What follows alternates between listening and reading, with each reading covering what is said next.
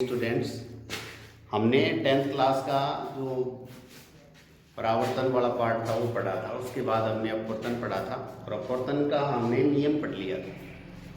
नियम के बाद में देखिए, अपवर्तन पर आधारित जो उपकरण होते हैं उनमें मुख्यतः एक युक्ति काम में ली जाती है और उस युक्ति को कहते हैं लेंस।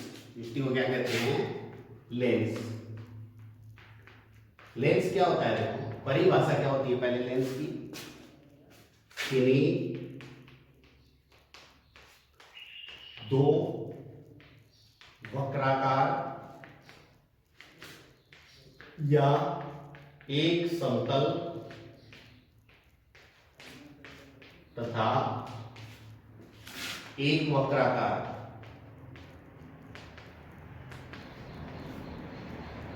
पृष्ठ से घिरा हुआ पारदर्शी माध्यम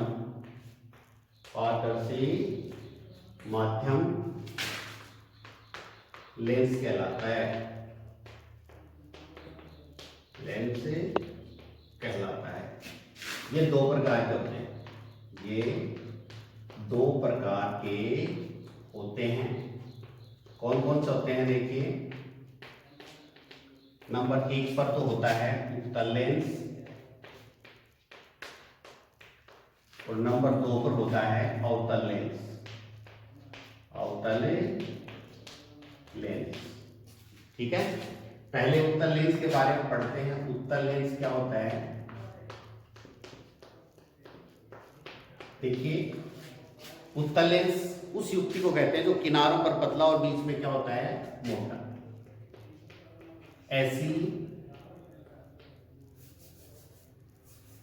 ऐसा लेंस जो किनारों पर पतला एवं बीच से मोटा होता है,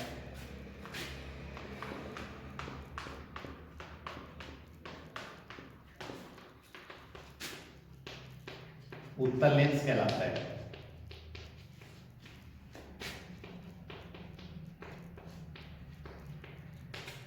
आकार ये होता है, देखो इसका, ये किनारे हैं, यहां पे तो क्या होगा? पतला, बीच में क्या होगा? मोटा। तो इसको हम कहेंगे उत्तल लेंस। दूसरा जो है नंबर 2, वो आता है अवतल लेंस। अवतल लेंस, अवतल लेंस किसे कहते हैं? ऐसा लेंस जो किनारों पर मोटा तथा मध्य में पतला होता है।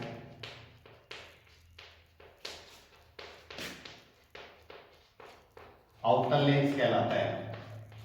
अवतल लेंस कहलाता है।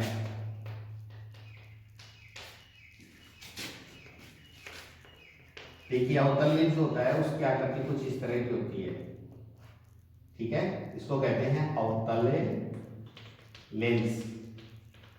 अब हम अन्य नाम की बात करें तो इसको हम अभिसारी लेंस भी कहते हैं, क्योंकि ये प्रकाश किरणों को क्या करता है? फैलाता है। और ये केंद्रित करता है, ये फैलाता है। इसको कहते हैं अपसारी लेंस। अपसारी लेंस, ठीक है।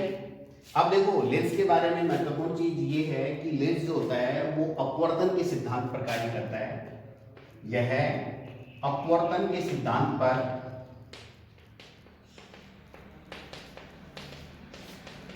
कार्य करता है तथा इसमें वक्र पृष्ठ के आधार पर अन्य प्रकार जैसे समतलोत्तल लेंस,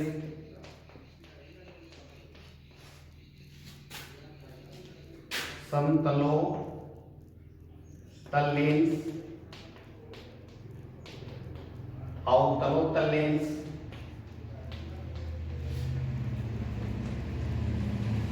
आदि होते हैं, आदि होते हैं। ठीक है।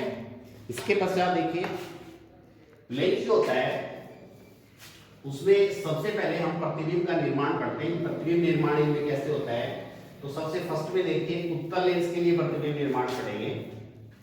तो उत्तल लेंस के लिए प्रतिबिंब निर्माण का पहले मैं पढ़ाता हूं सारणी। उत्तल लेंस से प्रतिबिंब निर्माण सारणी बढ़ा रहे हैं। उत्तल लेंस से प्रतिबिंब निर्माण,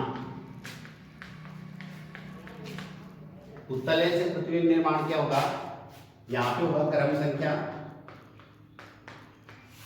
यहां पे होगा वस्तु की स्थिति, वस्तु की स्थिति, यहां होगा प्रतिबिंब की स्थिति, प्रतिबिंब की स्थिति, और यहां होगा प्रतिबिंब की का आकार, और यहां पे होगी प्रतिबिंब की प्रकृति, प्रतिबिंब की प्रकृति। अब देखो क्या होती है प्रतिबिंब की स्थिति। नंबर 1, वस्तु को सबसे पहले रखेंगे अनंत पर, प्रतिबिंब बढ़ेगा मुख्य फोकस या फोकस बिंदु पर,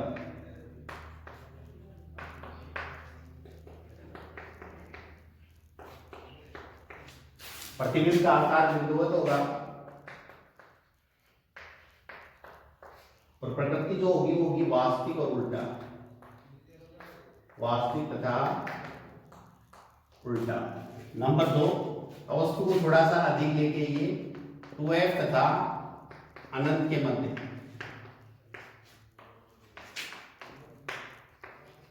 टू एफ और अनंत के मध्य जब वस्तु को रखोगे तो प्रतिबिंब जो बढ़ेगा वो बढ़ेगा 2f तथा f के मध्य,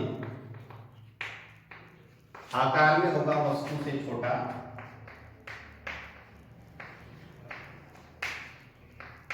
और प्रकृति वो होगी वास्तविक और उल्टा।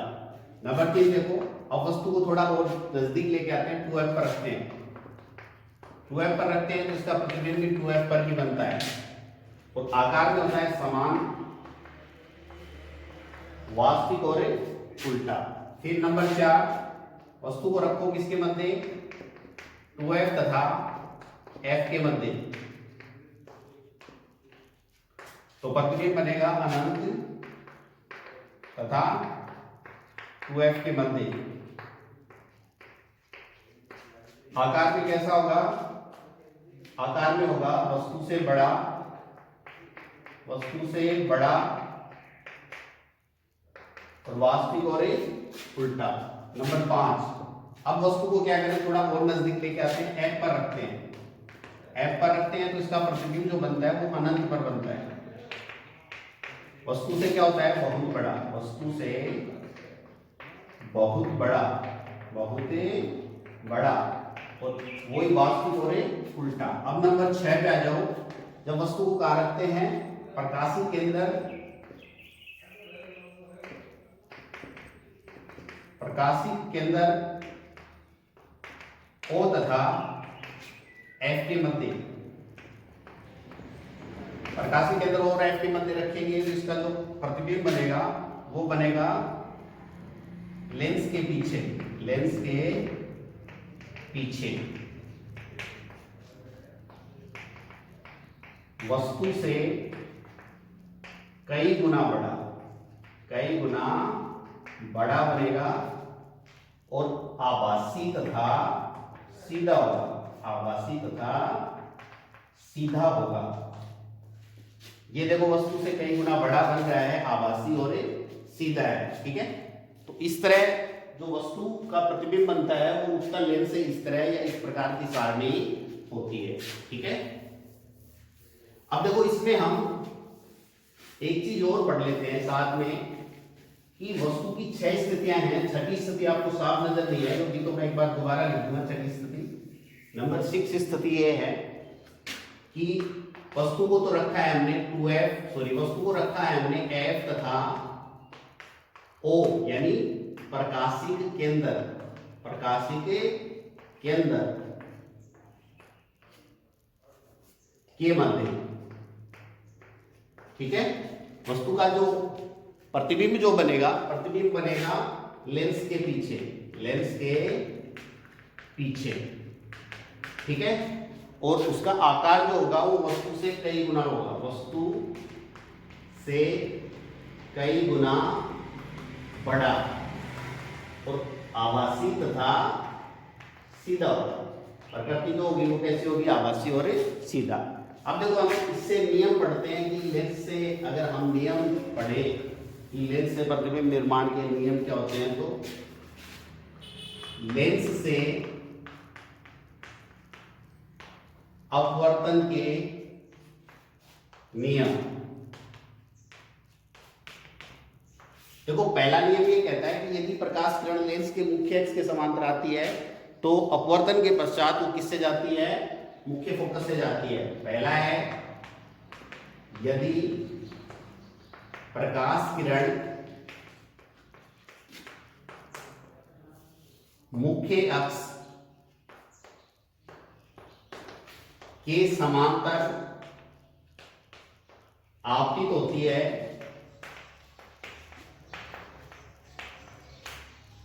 तब यह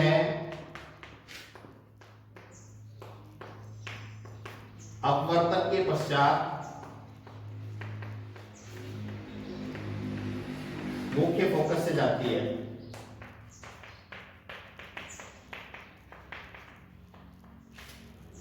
इस तरह की स्थिति होती है यदि कोई लेंस की प्रकाश किरण है वो फोकस से जाती है या फिर मुख्य फोकस से जाती है, और यही अगर इस तरह का लेंस है तो उसमें ऐसा होगा, ये प्रकाश किरण यूं आएगी यहां से, यूं चली जाएगी यहां से, तो पीछे बढ़ाएंगे तो यहां ही उस फोकस से जाएगी। सेकंड नियम देखो नंबर 2, यदि प्रकाश किरण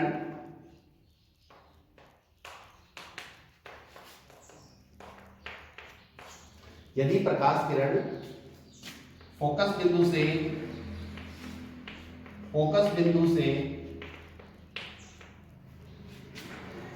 आती हुई लेंस पर आपतित होती है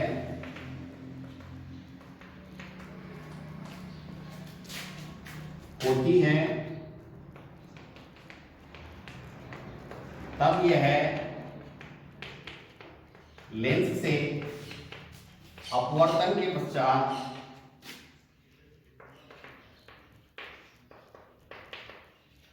मुख्य अक्ष के समांतर हो जाती है, ठीक है। इसका डायग्राम ऊपर बना रहा हूं मैं, नीचे दिखाई नहीं देगा आपको। देखिए ये डायग्राम है इसका, ये मुख्य अक्ष के समांतर आपतित हुई और सॉरी ये फोकस बिंदु से आई और ये मुख्य अक्ष के समांतर हो गई। अवतल में ये स्थिति आ जाएगी, कोई प्रकाश की किरण यूं आ रही है, मुख्य अक्ष के क्या हो जाएगी, समांतर हो जाएगी। तीसरा देखो लास्ट नियम है, तीसरा नियम ये कहता है कि अगर कोई वस्तु ऐसी है या कोई लेंस ऐसा है, यदि प्रकाश किरण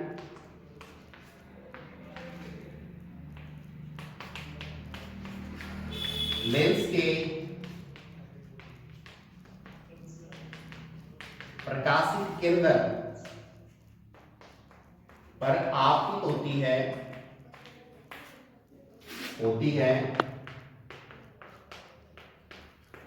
तब यह अपवर्तन के पश्चात बिना विचलित हुए, तब यह अपवर्तन के पश्चात बिना विचलित हुए सीधी गुजर जाती है। यानी कोई भी विचलन इसमें नहीं होगा। और ऐसा किसके कारण होता है? ऐसा पार्श्विक विस्थापन के कारण होता है। विस्थापन के